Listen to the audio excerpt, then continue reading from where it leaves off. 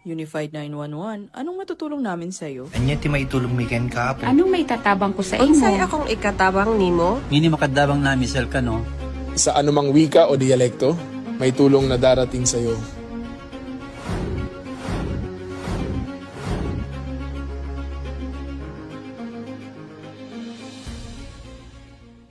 Lilingkod sa bawat Pilipino at magbibigay ng tamang impormasyon para sa tahimik at maayos na Pilipinas. Police News Network, alagad ng batas, tagapagtaguyod ng balitang pulis, sandigan ng mamamayan, patnubay ng katotohanan.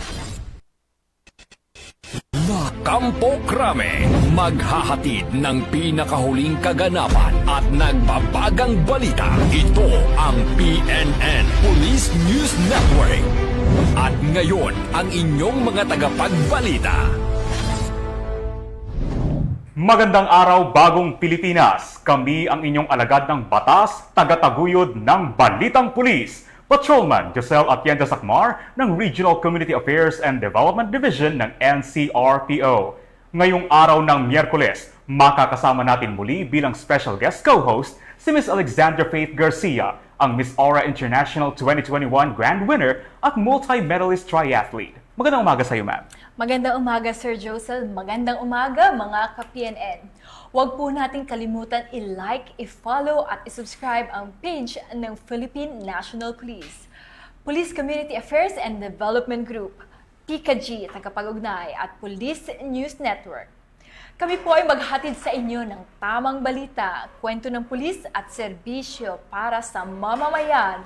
At ito ang PNP News Online. Ang pangunahing balita ng Police News Network, alagad ng batas, tagataguyod ng Balitang Pulis.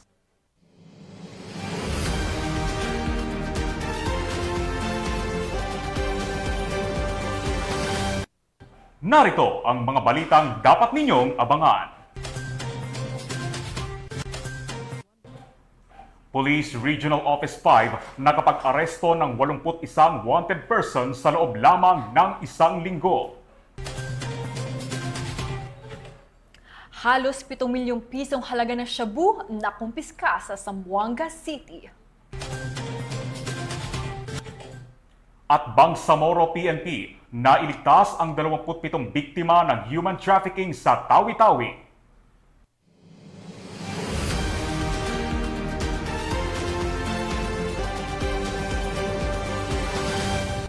Narito ang mga balitang hatid ng ating PNN correspondents mula sa iba't ibang panig ng bansa.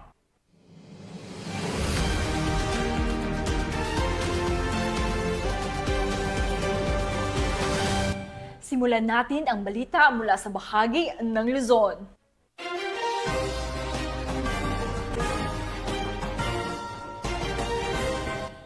Arestado ng San Mateo PNP ang 3 high-value individual sa isinagawang buy-bust operation sa Barangay Santa Ana, San Mateo, Rizal. Nakaharap ang suspect sa kasong paglabag sa Republic Act 9165 o ang Comprehensive Dangerous Drugs Act of 2002. Patrolman Mark Lawrence Atencio sa balita. 3 high-value individual sa isinagawang buy-bust operation ng San Mateo Municipal Police Station sa Barangay Santa Ana, San Mateo, Rizal. Kinilalang mga suspect na sina alias Dexter, alias Toto at alias Mike, pawang mga residente ng Barangay Santa Ana, San Mateo, Rizal. Nakumpiska sa mga suspect ang 7 piraso ng heat-sealed transparent plastic sachet na hinihinalang shabu na humigit kumulang 41 grams at nagkakahalaga ng mahigit kumulang 278,000 pesos. Isang brown wallet, isang driver license, isang black and red eyeglass case, 2 cellphone, 5 piraso ng 100 peso bill at 1 piraso ng 500 pesos bilang buy-bust money. Ang mga sospek ay naharap sa kasong paglabag sa Republic Act 9165 o Comprehensive Dangerous Drug Act of 2002. Ang Rizal PNP ay patuloy na magsasagawa ng operasyon laban sa illegal na droga upang mapanatili ang ligtas at maayos na komunidad. Mula dito sa Calabarzon, ako ang inyong Police News Network Correspondent, Patrolman Mark Lawrence Atencio. Alagad ng batas, tagataguyod ng Balitang Pulis. Maraming salamat, Patrolman Atencio. Agad namang rumisponde ang Mountain Province Police Provincial Office matapos ang nangyaring traffic accident sa Barangay Chupac, Mountain Province. Patrolwoman Gays Kibyaen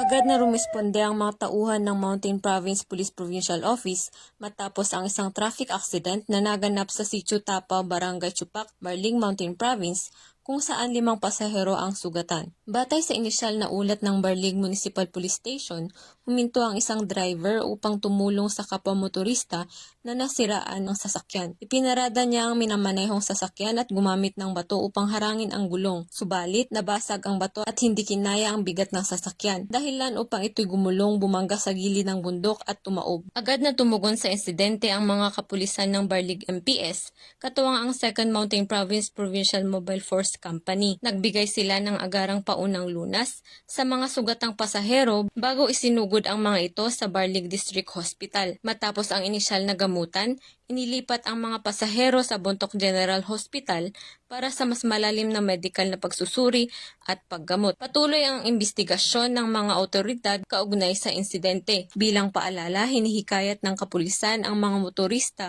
na tiyaking ligtas ang pagparada ng sasakyan, lalo na sa mga matatarik o delikadong bahagi ng kalsada. Mula dito sa rehiyon ng Cordillera, ako ang inyong PNN correspondent, Patrolwoman Grace Kibian, alagad ng batas, tagataguyod ng Balitang Pulis. Maraming salamat, Patrolman Kibiyaen. Walang kawala sa batas ang 2 lalaki dahil sa ilegal na pagsusugal at nakumpiskahan ng ilegal na baril matapos sa ang isinagawang operasyon sa Barangay Malinta, Valenzuela City. Patrolwoman Verna May Gundran sa balita. Arestado ang 2 lalaki sa isinagawang anti-illegal gambling operation ng Valenzuela City Police Station, Substation 4, sa Area 4 Dump Site, Barangay Malinta, noong gabi ng September 7, 2025. Nahuli sa aktong nagsusugal ng Cara Cruz ang mga suspect na edad 25 at 29. Na-recover mula sa kanila ang 3 pisong barya at 300 pesos na pantaya. Sa isinagawang paghahalughog, na-discover sa 25 anyos ang isang 38 caliber revolver na walang serial number at 2 bala na walang kaukulang dokumento. Kasalukuyang nasa kustodiya ng pulisya ang 2 at kakasuhan sa paglabag sa Presidential Decree No. 1602 o Anti-Illegal Gambling Law. Dagdag na kaso sa ilalim ng Republic Act 10591 o Comprehensive Firearms and Ammunition Regulation Act ang haharapin ng 25 anyos na sospek. Mula dito sa Camp Bagong Diwa, Bicutan, Taguig City, ako po ang inyong PNN correspondent, Patrolwoman Verna Gundran, alagad ng batas, tagataguyod ng Balitang Pulis. Maraming salamat, Patrolwoman Gundran. Sa kabilang balita naman, matagumpay na naaresto ng mga otoridad ang tinaguriang top 10 most wanted person provincial level dahil sa kasong 31 counts ng qualified theft sa Kamiling, Tarlac. Ibabalita yan ni Patrolwoman Janice Bulahaw. Matagumpay na naaresto ng mga operatiba ng Kamiling Municipal Police Station ang isang most wanted person provincial level sa Barangay Sinilian 3rd Kamiling, Tarlac. Kinilala ni Police Brigadier General Ponce Rogelio I. Peñones Jr., Regional Director ng Police Regional Office 3, ang suspect na si alias Dom, 42 taong gulang, may asawa at residente ng Purok 1, Barangay Sinilian 3rd, Kamiling, Tarlac. Nakabilang sa listahan ng most wanted person provincial level. Matagumpay na isinagawa ang operasyon sa bisa ng warrant of arrest para sa kasong 31 counts of qualified theft na may nakalaang 24,000 na piyansa para sa 22 kaso at 12,000 para sa 9 na kaso na may kabuuang halagang 636,000 pesos. Ang suspect ay kasalukuyang nasa kustodiya ng Kamiling MPS para sa kaukulang dokumentasyon at tamang disposisyon. Patuloy ang Kamiling MPS sa pagpapatupad ng pinaigting na operasyon laban sa mga most wanted persons at iba pang individual na may kinakaharap na kaso upang mapanatili ang kapayapaan at kaayusan sa nasasakupan. Mula dito sa Police Regional Office 3, ako ang inyong PNN correspondent, Patrolwoman Janice Bulahaw. Alagad ng batas, tagataguyod ng Balitang Pulis. Maraming salamat, Patrolman Bulahaw. Arestedo ng mga kapulisan ang isang lalaki na nagtangkang buksan ng isang U-box ng motor at tangayin ng isang sling bag na naglalaman ng pera at mahalagang gamit sa Barangay 3, Coron, Palawan. Ang buong detalye ng report mula kay Patrolman Ferlin Joy Kawili. Arestado ang isang lalaki matapos umano niyang persahang buksan ang U-box ng isang NMAX motorcycle at tangayin ang sling bag na naglalaman ng pera at iba pang mahalagang gamit sa Barangay Poblasyon 3, Coron, Palawan nito lamang 8 ng Setyembre taong kasalukuyan. Kinilala ng mga otoridad ang suspect na si alias Kaloy, 27 taong gulang, binata at residente ng Barangay Poblasyon 1 ng nasabing bayan. Ayon sa ulat, tinangay ng suspect ang bag na naglalaman ng 11,000 pesos cash, iba't ibang ID, debit card at iba pang gamit. Sa follow-up operation na ikinasa ng Coron Municipal Police Station at Tourist Police Unit, namataan ang suspect na naglalakad sa Comisaria Street, Barangay Poblasyon 1 habang suot pa ang tinangay na sling bag. Agad siyang positibong kinilala ng biktima na nagresulta sa kanyang pagkakaaresto. Narecover mula sa suspect ang ilang IDs at AirPods ng biktima. Ng kapkapan ng suspect, nakuha rin mula sa kanyang pag-iingat ang isang puting wallet na naglalaman ng 2 sachet ng pinaghinalaang shabu at 2 piraso ng tinuping aluminum foil. Sa ngayon, nasa kustodiya na ng Coron MPS ang suspect habang inihahanda ang kaukulang kasong robbery at paglabag sa Comprehensive Dangerous Drugs Act of 2002 laban sa kanya. Ang matagumpay na operasyon ay nagpapakita ng mas pinaigting na kampanya ng Philippine National Police laban sa kriminalidad at ilegal na droga, alinsunod sa 7-point agenda ni Acting PNP Chief Police Lieutenant General Jose Melencio C. Nartates Jr., partikular sa pagpapatibay ng epektibong law enforcement at community engagement. Patuloy na nanawagan ang kapulisan sa publiko na makipagtulungan sa mga otoridad sa pamamagitan ng maagap na pagsumbong ng kahinahinalang aktibidad upang mapanatili ang kapayapaan at kaayusan sa mga komunidad. Mula dito sa Calapan City, Oriental, Mindoro, ako ang iyong PNN correspondent, Patrolwoman Ferlin Joy Kawile, alagad ng batas, tagataguyod ng balitang pulis. Maraming salamat, Patrolwoman Kawile. Naitala naman ng Police Regional Office 5 ang pag-aresto sa 81 wanted persons na nahaharap sa iba't ibang kasong kriminal sa buong rehiyon matapos ang mas pinaigting na mga operasyon sa buong linggo. Patrolwoman Vanessa Sol sa report.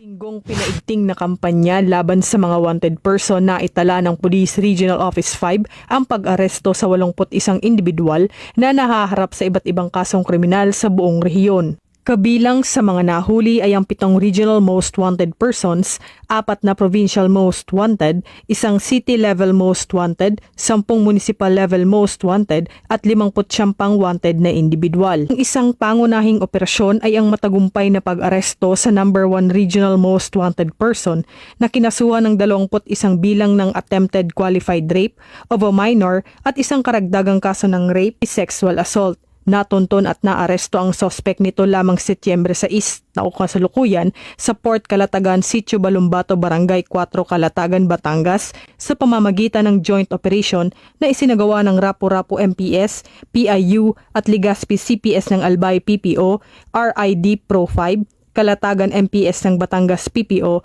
at ng Philippine Coast Guard Substation Calatagan, Batangas. Ang pag-aresto sa mga wanted na taong ito ay sumasalamin na hindi natitinag na pangako ng PNP Bicol sa pamumuno ni Police Brigadier General Nestor C. Babagay Jr., Regional Director, na itaguyod ang hustisya, ipatupad ang batas at tiyakin ng kaligtasan ng publiko. Mula dito sa Legazpi City, Albay, ako ang inyong PNN correspondent, Patrolwoman Vanessa Sol, alagad ng batas, tagataguyod ng balitang pulis. Maraming salamat, Patrolwoman Sol. At para naman sa ating weather updates, isang low pressure area na may international designation na LPA-09B ang namataan ng Pag-asa sa baybaying dagat ng Binzones, Camarines Norte. Ayon sa pinakahuling satellite image mula sa Himawari, ang nasabing low pressure area ay nagpapakita ng pagbuo ng mga makakapal na ulap at pag-ulan sa ilang bahagi ng Luzon at Visayas. Sa kasalukuyan, mababa pa ang tsansa nitong maging ganap na bagyo sa loob ng 24 oras, ayon sa inilabas na 24-hour Tropical Cyclone Formation Outlook. Gayunpaman, inaasahan pa rin ang katampaman hanggang malalakas na pag-ulan na maaaring magdulot ng pagbaha at pagguho ng lupa, lalo na sa mga mabababang lugar. Pinapaalalahanan ang publiko na patuloy na mag-monitor sa mga official updates mula sa Pag-asa at maging handa sa anumang posibleng epekto ng sama ng panahon.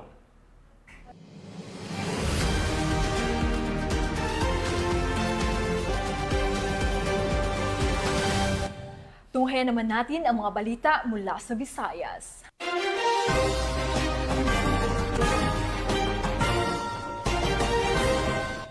Nagsagawa ang mga tauhan ng Barbasa Municipal Police Station ng isang Safe School Strong Lecture Symposium on Anti-Bullying at Crime Prevention para sa mga mag-aaral sa Barbasa, Antique. Ang nasabing aktibidad ay may layuning makapagbigay ng karagdagang impormasyon at bagong kaalaman na pwedeng magamit sa kanilang pamumuhay bilang mga estudyante upang makamit ang ligtas, maayos at magandang pamayanan. Nakibalita dyan si Patrolman Julibel Alvior. Layuning mapalakas ang kamalayan ng kabataan laban sa pang-aabuso at karahasan, isinagawa ng mga tauhan ng Barbasa Municipal Police Station sa ilalim ng pamumuno ni Police Captain Alan S. Alagos, Officer in Charge. Ang Safe Schools Strong Future Symposium on Anti-Bullying and Crime Prevention sa Igpalge Elementary School, Barbasa, Antique nito lamang ika-9 ng Setyembre taong kasalukuyan. Dumalo sa programa ang mga mag-aaral mula grade 1 hanggang grade 6 kasama ang kanilang mga guro at magulang. Nagbigay ng mahalagang talakayan sina Police Executive Master Sergeant Christopher D. Mendoza, Deputy Chief of Police, Police Staff Sergeant Jonary Balanis, WCPD PNCO, at Police Staff Sergeant Elmar Parinaga, PCAD PNCO. Tinalakay nila ang mga sensitibong paksa gaya ng bullying at cyberbullying, anti-child pornography, at ang kahalagahan ng pagkilala sa good touch versus bad touch. Bilang dagdag na kaalaman, ipinakita rin ang dalawang maiikling pelikula, ang Red Leaves Falling na tumatalakay sa child pornography at sexual abuse, at No Touch na nagsusulong ng child safety advocacy. Bilang dagdag na kaalaman, ipinakita rin ang dalawang maiikling pelikula, ang Red Leaves Falling na tumatalakay sa child pornography at sexual abuse, at No Touch na nagsusulong ng child safety advocacy. Namahagi rin ng makukulay na IEC material sa mga guro, magulang at estudyante upang mas may lapat ang mga aral sa kanilang pang-araw-araw na buhay. Isa ring masayang bahagi ng programa ang pagtatanghal ng mga piling mag-aaral ng awitin na nagbigay inspirasyon at nagpaalala ng kahalagahan ng pagtutulungan upang makamit ang ligtas at maliwanag na kinabukasan. Lubos na pasasalamat ang ipinahatid kay School Principal Mitch Arnaiz na hindi lamang pinuno ng paaralan kundi Vice Chairman din ng Municipal Advisory Group ng Barbasa PNP. Gayon din pinuri ang suporta ng mga guro at magulang na nagsama-sama para sa kapakanan ng kabataan. Sa pamamagitan ng programang ito, muling pinagtibay ng PNP na ang kaligtasan at kinabukasan ng mga bata ay nakasalalay sa pagkakaisa ng komunidad, isang hakbang tungo sa mas ligtas at mas maliwanag na bukas para sa bagong Pilipinas. Mula dito sa Western Visayas, ako ang inyong Police News Network Correspondent, Patrolwoman Julibel Alvior, alagad ng batas tagataguyod ng Balitang Pulis. Maraming salamat, Patrolwoman Alvior. Napasakamay na ng mga otoridad ang isang wanted person na may kasong 2 counts of qualified rape sa Purok Malipayon, Barangay Hagdan, Santa Fe, Cebu. Narito ang report mula kay Patrolwoman Flora May Asares. Matagumpay niya na aresto ng kapulisan ng Santa Fe ang isang wanted person na may kasong 2 counts ng qualified rape sa Purok Malipayon, Barangay Hagdan, Santa Fe, Cebu noong 8 ng Setyembre ng taong kasalukuyan. Kinilala ni Police Lieutenant Abimel Carl Andrew E. Obordo, Officer in Charge ng Santa Fe Municipal Police Station, Cebu Police Provincial Office, ang suspect na si Ramil, 48 anyos, mangingisda na residente na nabanggit na lugar. Batay sa ulat, bandang alas 9:38 ng gabi, nang maaresto ng mga otoridad ang suspect sa bisan ang warrant of arrest para sa kasong 2 counts ng qualified rape, na inisyo ni Honorable Meriter M. Heirosa Bodomo, Assisting Judge ng RTC 7, Branch 81, Bugo City, Cebu, na walang rekomendadong piyansa. Samantala, kasalukuyang nasa kustodiya ng Santa Fe MPS ang suspect para sa dokumentasyon at tamang disposisyon. Ipinapahayag ko po sa inyo ang matagumpay na operasyon ng ating kapulisan na nagresulta sa pagkaresto ng isang sospek sa kasong panggagahasa laban sa isang minor de edad. Ang pagkaresto pong ito ay nasa katuparan sa bisa ng warrant of arrest na inalabas ng ating kagalang-galang na hukuman. Ito rin po ay nananalamin sa dedikasyon ng ating kapulisan na mabigyang hustisya ang biktima at mapanatili ang kaayusan at kapayapaan sa ating komunidad. Mula dito sa Central Visayas, ako ay inyong Police News Network Correspondent, Patrolwoman Flora May Asares, alagad ng batas, tagataguyod ng Balitang Pulis. Maraming salamat, Patrolwoman Asares. Hindi na nakapalagpa ang isang babaeng wanted sa kasong Republic Act 9165 o ang Comprehensive Dangerous Drugs Act of 2002 sa Barangay 25 Paterno Extension, Tacloban City. Ibabalita yan ni Patrolman Cristel Palafox.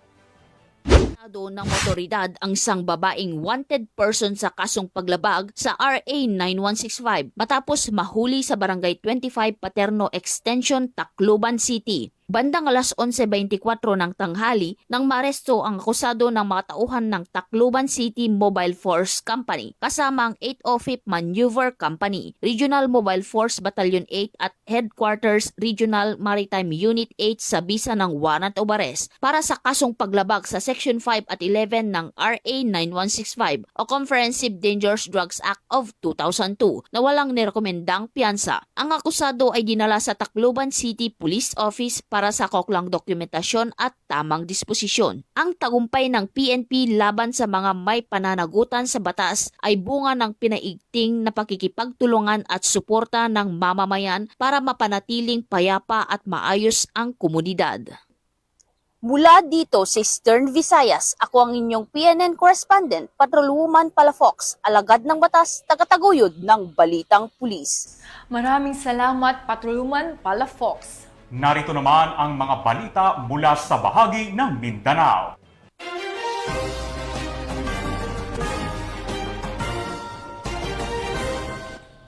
Nakumpiska ang halos 7 milyong pisong halaga ng shabu mula sa isang sospek sa ikinasang operasyon sa Zamboanga City. Nasa kustodiya na ngayon ng pulisya ang suspect at naharap sa kasong paglabag sa Republic Act 9165 o ang Comprehensive Dangerous Drugs Act of 2002.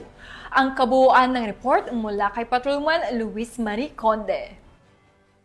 Tagumpayan ang pagkakaaresto sa sospek sa isinagawang drug bypass operation ng mga tauhan ng 904th Maneuver Company at Regional Mobile Force Battalion 9, katuwang ang PIDEA 9 Zamboanga City Police Office sa Galera Purok 2, Sinunok, Zamboanga City. Bandang alas 7 ng gabi nito lamang ika-8 ng Setyembre taong kasalukuyan. Kinilala ni Police Lieutenant Colonel Parson J. Asadil, Officer in Charge ng Regional Mobile Force Battalion 9, ang sospek na si alias Ali, 39 anyos, lalaki, may asawa, construction worker at residente ng Pata, probinsya ng Sulu. Nakumpiska sa sospek ang isang piraso ng vacuum-sealed transparent plastic sachet na hinihinalang shabu at tumitimbang ng 1 kilo at nagkakahalaga ng 6,800,000 pesos, isang piraso ng 1,000 peso bill at iba pang non-drug evidence. Mahaharap ang sospek sa kasong paglabag sa Republic Act 9165 o Comprehensive Dangerous Drugs Act of 2002 kapag napatunayang nagkasala ito. Ang mga nakumpiskang ebidensya at ang sospek ay kasalukuyang nasa kustodiya ng PIDEA para sa eksaminasyon at tamang disposisyon.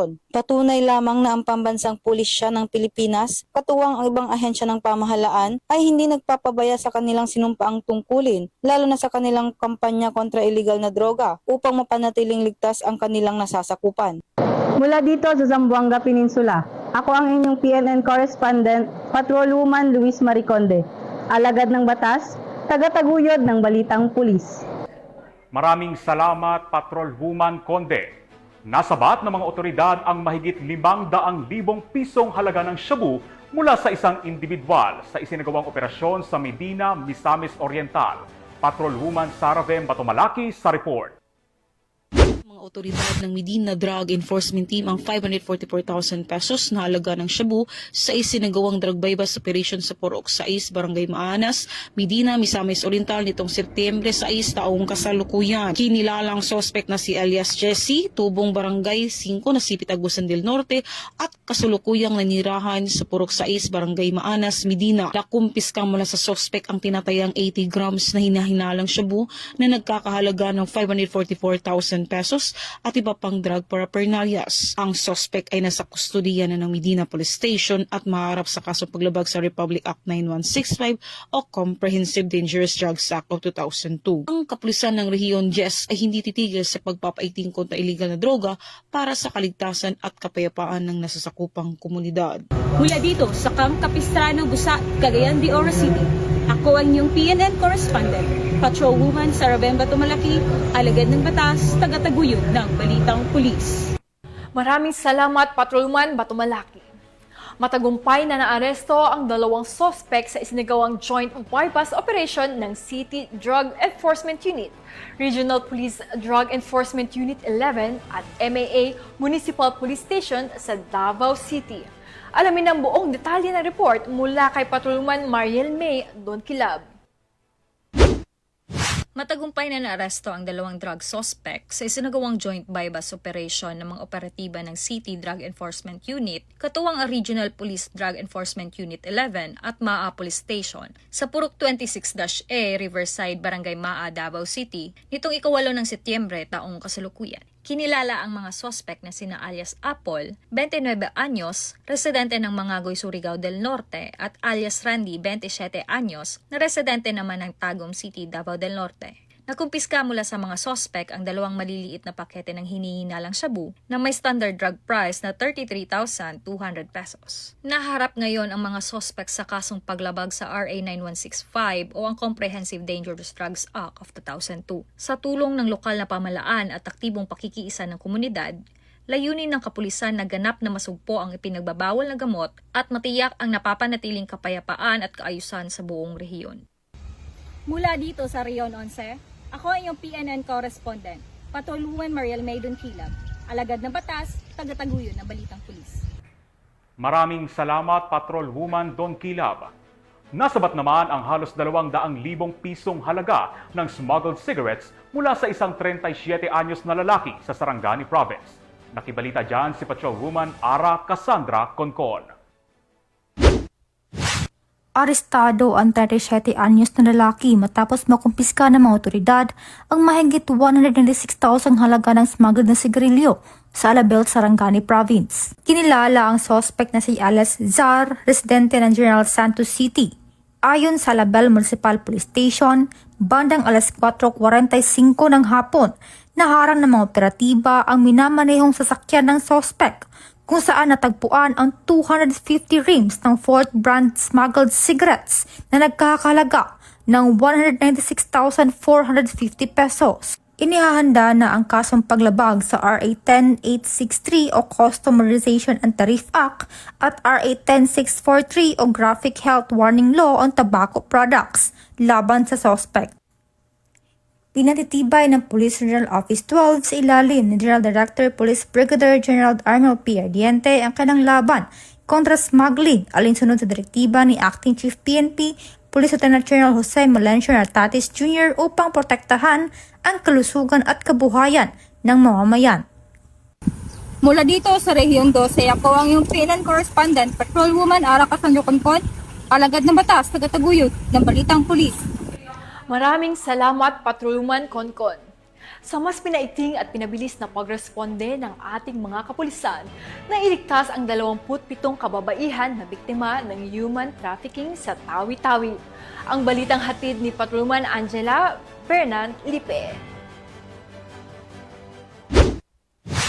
Arestado ang 37 anyos na lalaki matapos makumpiska ng mga otoridad ang mahigit 196,000 halaga ng smuggled na sigarilyo sa Alabel, Sarangani Province. Kinilala ang suspect.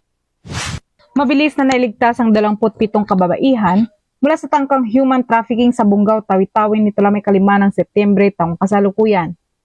Ayon kay Police Lieutenant Jezreel A. De La Cruz, Police Commander ng PNP Maritime Group SOU 1, naging matagumpay na tour operasyon dahil sa pinagsanib na pwersa ng MSSD Zamboanga Satellite Office, MSSD Tawi-Tawi Provincial Office, Municipal Interagency Committee Against Trafficking, Philippine Maritime, Philippine Coast Guard, at National Bureau of Investigation. Ayon sa ulat, ang mga biktima ay nagmula pa sa Metro Manila at ilang probinsya sa Luzon na umano'y nirecruit ng illegal recruiters. Dagdag pa ng PNP, 9 sa mga biktima ay patungo sana sa Thailand at Malaysia, kung saan sila ay pinangakuan ng trabaho bilang customer service representatives at ang iba pa ay bilang entertainers. Base sa inisyal na investigasyon, ang lahat ng kanilang dokumento ay umano'y peke at dumaan sa iligal na proseso. Sa kasalukuyan, ang mga biktima ay nasa pangangalaga ng mga otoridad at sumasailalim sa debriefing at kaukulang tulong mula sa mga ahensya ng pamahalaan. Patuloy namang tinutugis ng PNP ang mga nasa likod ng naturang human trafficking upang masiguro ang hustisya at maprotektahan ng mas maraming kababayan laban sa mga ganitong uri ng modus. Mula rito sa Rio ng Bangsamoro, ako ang iyong Police News Network Correspondent, Patrolwoman Angela Vanderlipe, alagad ng batas, tagataguyod ng Balitang Pulis. Maraming salamat, Patrolwoman Vanderlipe. Sa ibang balita naman, matagumpay na nakilahok ang mahigit 200 barangay tanod sa isinagawang Day 2 Skills Enhancement 2025 sa Butuan City. Ang buong detalye ng report mula kay Police Staff Sergeant Irish Joy Laureto. Matagumpay na isinagawa ang ikalawang araw ng Barangay Tanod Skills Enhancement 2025 sa VCDO Grand Convention, Villa Cananga, Butuan City sa pangunguna ng Butuan City Police Office nito lamang Setyembre 2025. Bilang pangunahing tagapagsalita, nagbigay si Police Colonel Romel D. Villamor, City Director ng BCPO ng mahahalagang talakayan ukol sa Barangay Anti-Criminality Action Plan, Community and Service-Oriented Policing, National Emergency Hotline 911 at mga estratehiya sa crime prevention. Layunin ng aktibidad na lalo pang mapaunlad ang kakayanan at kasanayan ng mga barangay tanod sa lungsod bilang suporta sa seguridad at kaayusan ng komunidad. Patuloy na isinusulong ng BCPO ang pagbibigay ng kaalaman at kasanayan sa mga barangay tanod bilang mahalagang bahagi ng pagpapanatili ng kapayapaan at kaayusan. Ang kanilang aktibong partisipasyon ay hindi lamang sumusuporta sa pulisya, kundi nagsisilbing matibay na haligi sa seguridad at kaunlaran ng buong komunidad ng Butuan.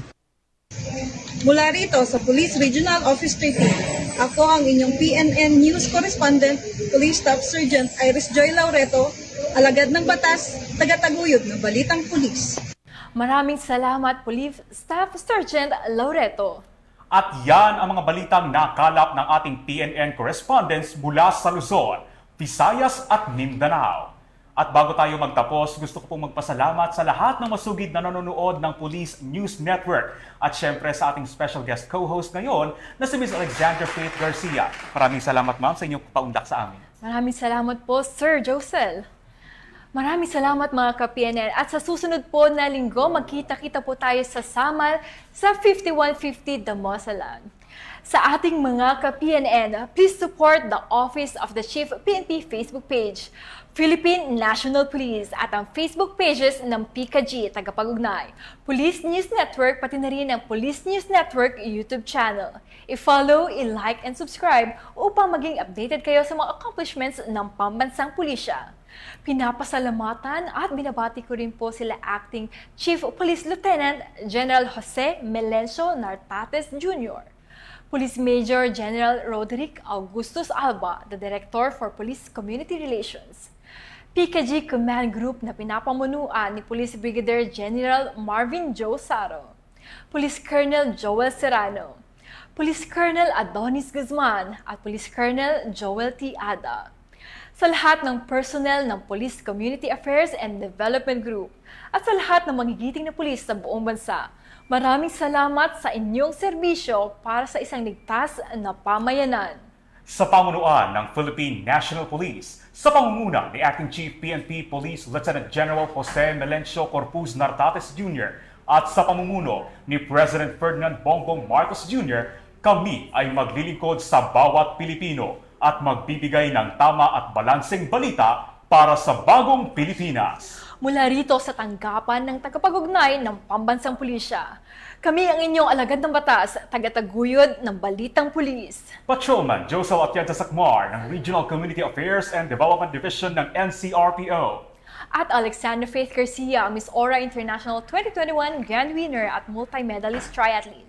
Maghahatid ng tamang balita, kwento ng pulis at serbisyo para sa mamamayan. At ito ang PNP News Online. Ang pangunahing balita ng Police News Network.